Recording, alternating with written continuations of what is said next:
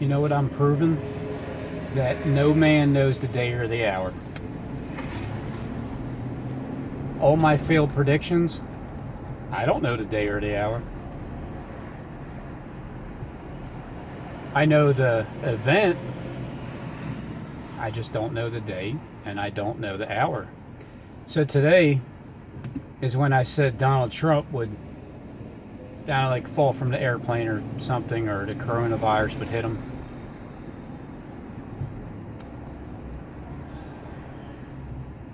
Well, I did get one prediction right, that more failed predictions are to come. So today is a failed prediction, which makes it a prediction because it came true, because it didn't happen.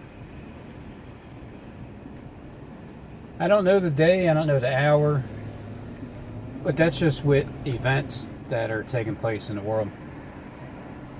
Nobody knows yet the true meaning of when Christ comes as a thief in the night, right?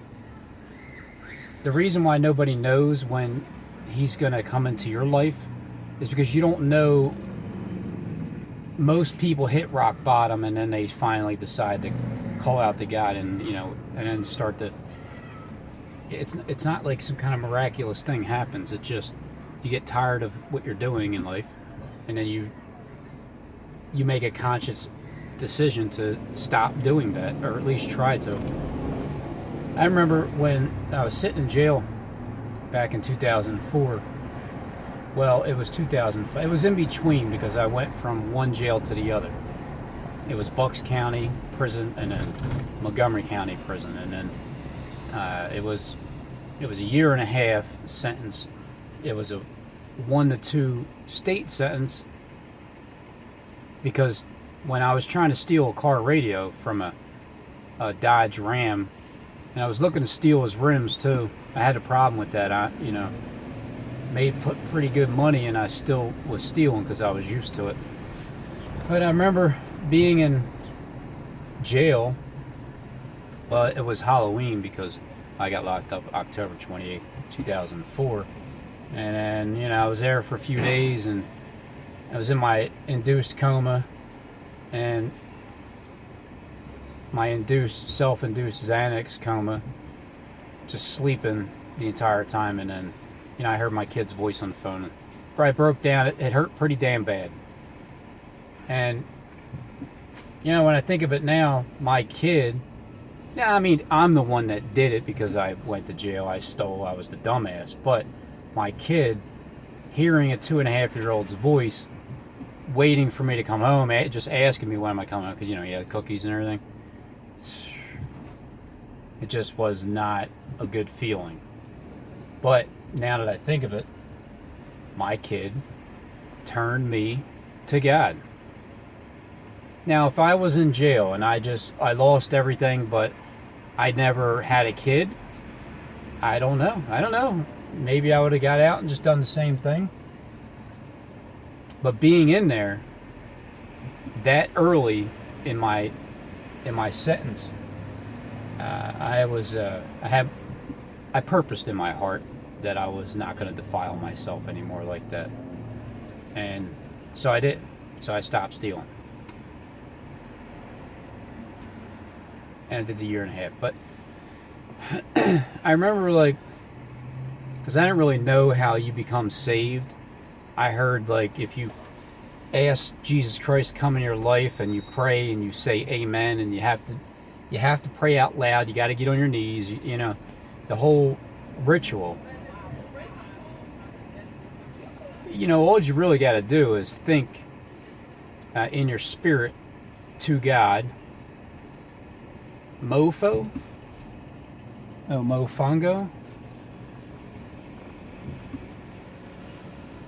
God's the one that created our spirits. You don't think he can hear you as you're just thinking? Of course he can. Of course God, the creator, can.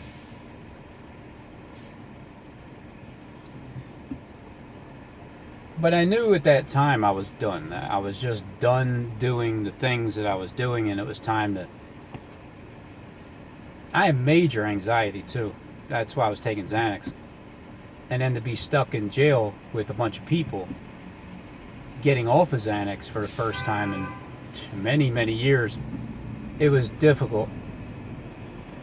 The first couple weeks was pretty challenging, and you really got to look in the mirrors when you're in traffic, because people like this person here. I'm just going to give you an example. Here's what's going on here. And then that guy was in such a damn hurry to get in front of me, and now he's going to block traffic like a dumbass. So freaking stupid. Sorry, my lord, but some of your creation, they just don't think. They're like me. That's like me.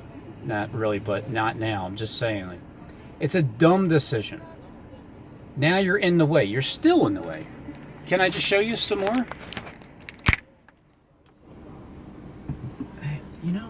The whole time, you just didn't get anywhere any time sooner than me, because you're right there in front of me.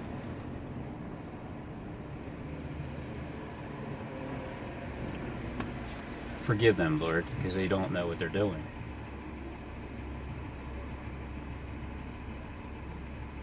Well, that was my moment in jail when I was fed up, 2004, and that was it. I'm done. Because I didn't know what I was getting out. I got beat up by the cops. I mean, I've said this story before, but I'll say it again because I repeat myself a lot. I mean, what the hell do you expect me to do? I talk every day. You don't think I'm going to repeat myself?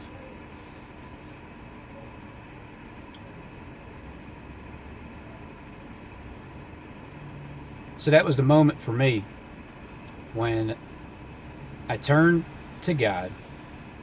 And I had a couple experiences before that I knew that God had his hand in it, like kind of slowed things down a little bit. And they both seemed to happen in the Mustang. It's something about the Mustang. It was the one time I was driving, and I was driving down, going around the street in Tacony in Philly. And, well, this was one idiot. They were obviously drunk, and I was driving. It was like a 25-mile-an-hour zone. And a guy jumps out at the back. See, I'm just gonna do it. Look. See, this guy's still in front of me. That's the one that blocked traffic. Anyway, the guy, he reached his. I'm driving down the street, and he gets behind the car and grabs my wing, and his arms. I'm telling you, his arms, I think they ripped out of his socket. That's his own dumbass fault. Because he grabbed it, and it's. I look back, you fucking idiot! I slowed down like a little bit. Drunken clowns. And then I get up, and because of him, I caught the red light. I'm like, you asshole, man! Caught the red light.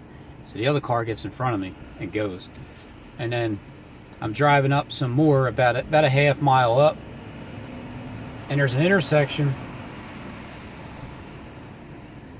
These kids love driving their bicycles. They like doing wheelies in the middle of like traffic, because what it does is it makes you feel like they're going to crash into you. And the spirit in these kids, it's exciting for them because they want you to feel like you're going to crash into them. And there's skill. It takes a skill to do wheelies like that. Anyway, when I was getting to the next intersection, and I seen it was a red light, but it was a green light, because there was a red light and then there was a green light, and there was probably like 500 feet in between each light, because it was an intersection, and then it was like the kind of cars are going this way and the cars are going out, but there's a red light here, but there's a green light there. So I seen it, and then but the car that was in front of me, the one that because I had to wait at the red light, or else I would have been that car.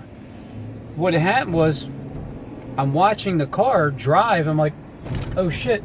And then another car, which still had the green light to go this way, just smashed right into that car that was right dead in front of me, about exactly 5 seconds in front of me. Because the person was looking at this red light. I mean, it was red 500 feet in front of it, and it was basically on the same angle. You can kind of see it like the same angle. It was pretty deceptive. And so that person was looking at the same thing I was looking at, which was the green light ahead. Now, I don't know if I would have noticed that or not. I don't think I would, because I'm looking at it like, after I seen it get hit, I'm seeing how the red light and the green light are so close together with your perception as you're looking at it from a distance.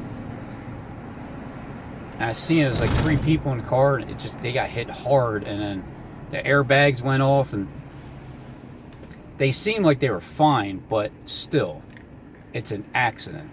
You don't know what can happen in an accident. If you're a second sooner or a second later, a car hitting your door right here, going like 40, 50 miles an hour, I mean, so that was one incident that I knew that it's like this. Okay. Was that God that did that? Or was it Satan tempting this idiot over here, forcing the issue? Because what does God do? Nothing. What does he do? God doesn't do anything. The only thing he does is he reveals secrets. What does Satan do? Well, he forces the will of people. But he's forcing the will of people because, you know, it's what God needs him to do. It says he puts in the temptation of this drunken fool to grab my wing because it's a bright orange car and he thought he was cool, and he rips his arms out of his socket. It's because of that situation that, well, I didn't get into the accident. But then it's like, well, thank God I didn't get into the accident, and they did. It's not like that either. It's just they seem like they were fine, but you never know what could have happened. That was one incident in the Mustang that happened. Another one was when my kid was 6 months old. I was driving at the Reading at my sister's house, and I remember I needed to get home because I didn't bring any formula. I'm a new dad. I finally got my kid off my kid's mom because she would hold him hostage unless I gave her money. And that's kind of typical with, how things work out when you split up. I didn't want to leave. It just wasn't working out. It just was not working out. Because I got trapped. I kicked her out. And then all of a sudden she got pregnant. So whatever. It's the way the ball bounces. And so I had my kid, but I needed to get home, and it was later at night, and it was getting ready to start snowing. So I needed to hurry up and get to the turnpike and head home. And so it started snowing, and it started snowing pretty bad. And my tires in the back weren't meant to drive in the snow. The Mustang, just period, isn't meant to drive in the snow.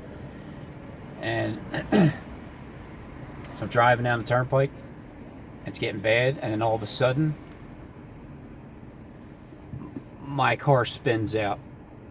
I spin out, and then I'm spun backwards like this, and right in front of me is a tractor trailer coming my way. I'm like, oh shit, God, please help me. And I got like traction, and then before the truck would smash into me, was able to slow down. I somehow backed up, and there happened to be like a little like, not a cubby hole, but when you pull over to the side to give you a little bit of space. I backed up there. I looked at my kid in the back seat, dead asleep. We could have just been both dead, getting smashed by a tractor trailer 18-wheeler. But luckily there was an 18-wheeler that had 18 wheels. And as I prayed to God to help me and to get me, you know, like, thank you and whatever, just in that shocked feeling of, holy shit, I just escaped death. And I look at my son, he's just sleeping. I'm like, it hurt bad to even look at my kid knowing that he was sleeping. What could have just happened? So as I prayed, well, oh my God. I can't. Oh, people. Anyway, as I prayed, how the spirits work is, well, the guy in the 18-wheeler, he just seen what happened because my headlights were facing his headlights. And so as he slowed down, he didn't keep going, he stopped. He didn't get out, but then he started to slowly drive. And I'm thinking, there's a pathway to get home. So I give a little gas and I follow the guy, the tractor trailer, because he had 18 wheels splashing the snow out of my way, because I was in front of him before, and then this time I was behind him. So the snow gets splashed out of the way and it leaves traction for me to get there, and for the next 30 miles, the next 2 exits, until I was able to get to the boulevard where the streets were paved. He led the way and I followed behind him. Just things simple like that. And they were both situations in the Mustang. And then when I got home and my kid's mom went to pick up, why took you so long? Why is that? Like, it's like, I almost died. All you care about is just getting money and having your kid, taking them from me so you can use them as collateral. The days of hell. I thank God that I met her and I had a kid by her, because man, you talk about Jezebel, she is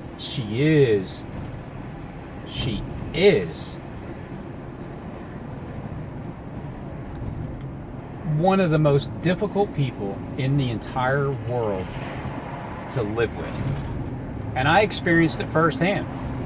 Hell, that's one of the reasons why I committed a bunch of crimes and was flipping out, pissed off, because, man, I mean, things that she would just come up with, it drove me nuts. I couldn't control myself. I didn't know anything about fasting at that time. I did fast when I was in jail after I went to the second prison, which is a whole nother story. I think maybe I'll get to that one too, but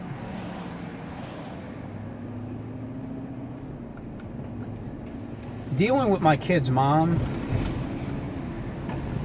and how she could just conjure up anything and point the finger at me when she's the one that is that person that she's pointing at. Oh my God, she's a master at that.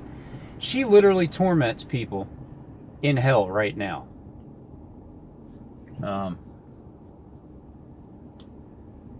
I mean, I feel like I feel like I have been, kind of surveilled a little bit longer than I thought, and I also feel like my kid's mom is on social media. She's seen some of my videos. I'm sure she's watched some of my Facebook videos. But like other people that are from the inside, they don't really particularly tell you that they do, but it's kind of quite evident that there's a strong likelihood that that's the case. And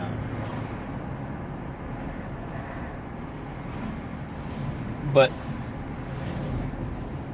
I made peace with my kid's mom just recently, because her dad was giving my son a car, but I got to get it working right because the brake lights don't work and it needs to get inspected. And I just don't have freaking time or money, and I'm so tired of it that I was over there, and seen her, I was talking to her, and she gave a peace offering. She gave me a rock, and she's into spirituality. She's into reading palms and talking to the dead and everything. I mean, but my kid doesn't really like hearing when she talks like that, and his pop-up doesn't like hearing it. But I said to him when I was there, I'm like, because she's like, the spirit's talking to me all the time. I've talked to Bill a lot, my dad. I'm like, oh yeah, how's he doing? Oh, he's pretty good. He made it to the other side. And whether I believe it or not, it doesn't even matter, because I believe that she does experience what she's saying. So it's real. She experiences what she's saying. I don't experience it. I never talked to anybody that's dead, but who am I to judge her for what she believes and what she feels? And I told my kid, I'm like, look, Christian, I know it's uncomfortable to listen to her talk that, but sometimes I'm like, you seen how I dealt with it, right? When she said that, I asked her, how's my dad doing? And but when I first, because she befriended me on Facebook, this was like last month, and when she did that, she befriended me twice, but this time around, she just laid it into me about everything that I did wrong, everything about my wife, just everything, anything and anything to try to,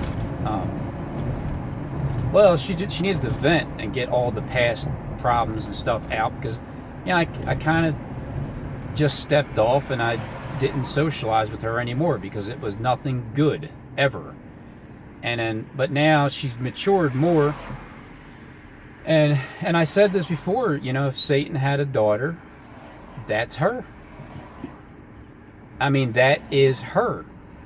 And then it's funny that I had a kid with Satan. I mean, I look at it like that. I know, Satan, Christ, Lucifer, we've all been deceived and lied to about who they really are and what type of spirit they really truly are. But I'm telling you this, what is evil, whatever you want to call evil, is what I was with, and is what I had a child with. And so we're polar opposites. When I got out of jail, I changed my life up, straightened up, and I start walking a narrow path. And she didn't. She had problems. She still, I don't know, it just didn't work out. So, and then, but recently it seems like she's getting better, because she really wants to help people down there at Somerset, Kensington, where everybody's shooting up, and she can help people. You can always help people when you've been that person. Like me, I can help people with social anxiety, and I can help people with gathering your thoughts and knowing where they're coming from, because it's the most important thing. Because I've been doing it, and I can see how you can grasp your thoughts when you fast. And I also noticed when I started to eat again, I kind of started to lose a little patience. Like a couple days ago. Actually yesterday, I lost a lot of my patience yesterday. Because I think I overate is what I did. But I'm trying to give myself the rope to hang myself, but not too much, because I'm not on any kind of strict diet right now. No, I didn't set anything, but I'm trying to give myself a little bit of leadway so I don't have to be so restricted.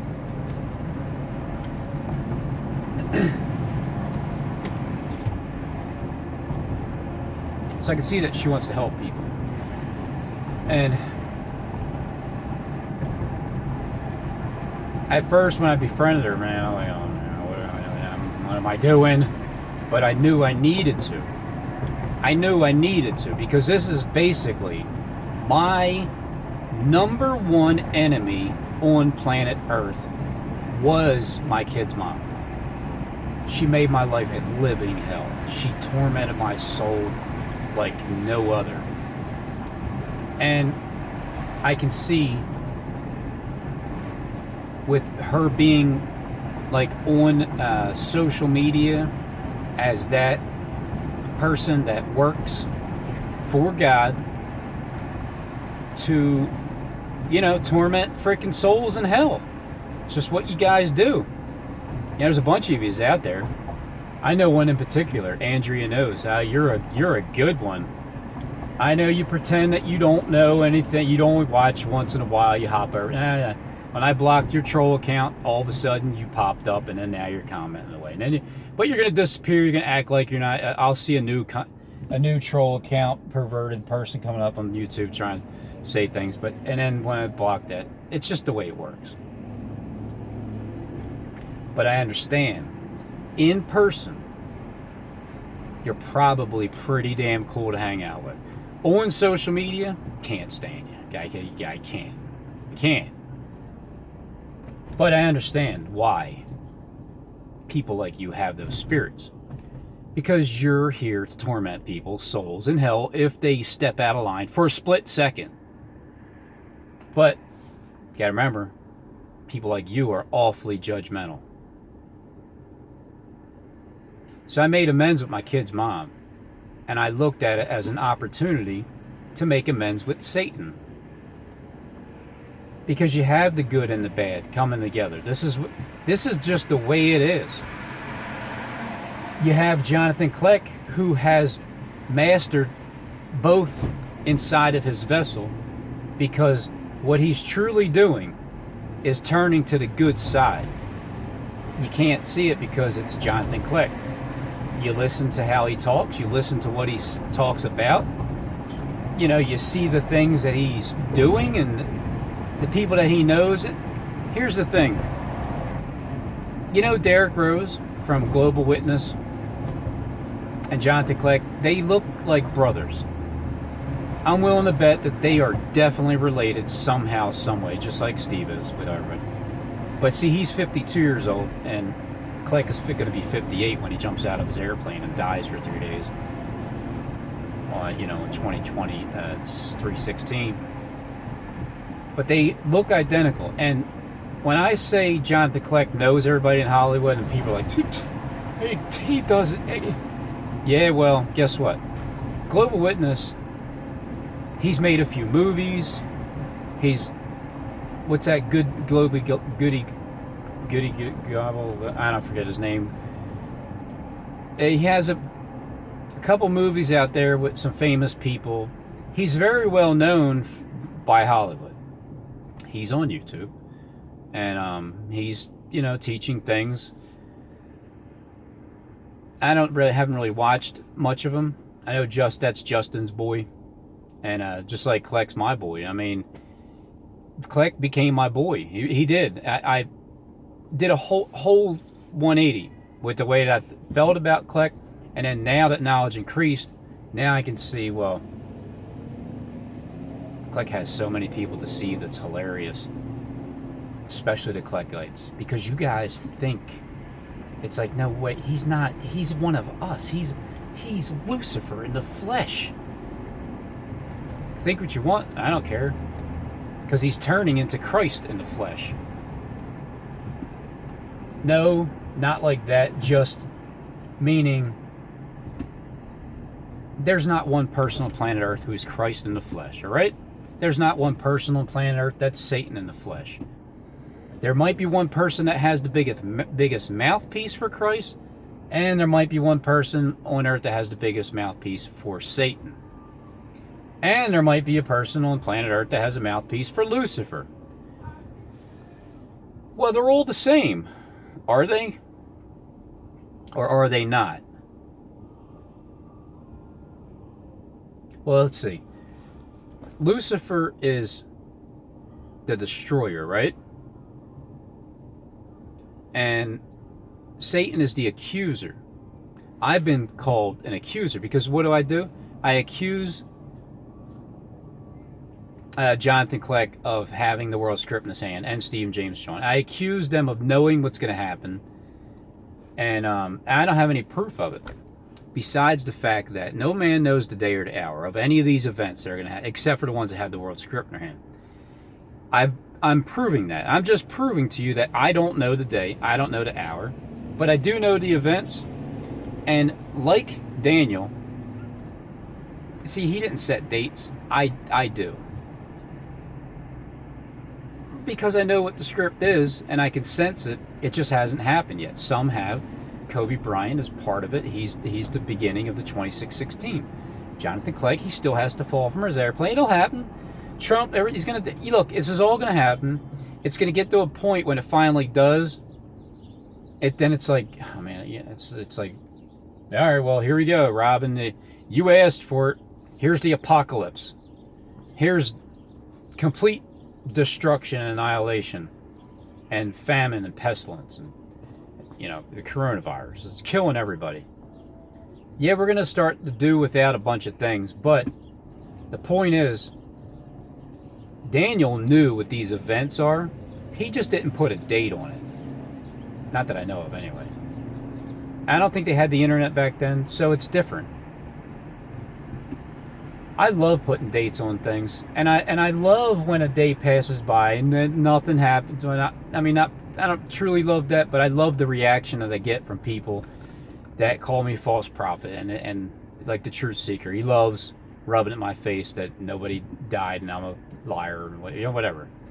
It's your job. I understand, Lefty. It's cool. It's all good. I mean, look, there's people out there on YouTube that are the eunuchs, and their job is to do the king's business, and you guys do a great job of it, and I can't fault you for it.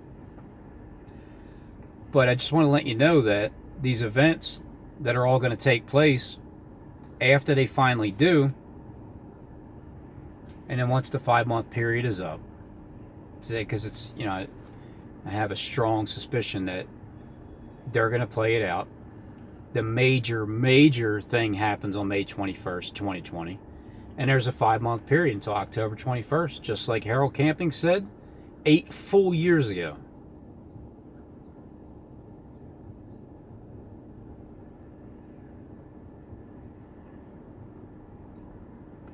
So Daniel knew the events that were going to happen. And because him and his boys, they were tested for 10 days to look at the contents of their face. When this xenomorph, or whatever Kleck's talking about, this alien invasion, this holographic image invasion happens, you guys are going to be looking at the contents of our faces. And I'm standing right there in the middle of it. I can't wait to see it. All this fear that everybody's going to be so scared to death. And I get to see it as a